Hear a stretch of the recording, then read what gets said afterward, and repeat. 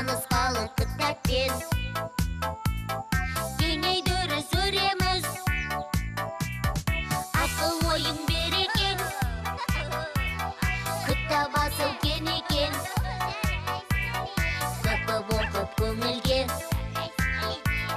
тоқи білген жөн екен. Көп оқып көңілге, тоқи білген жөн екен.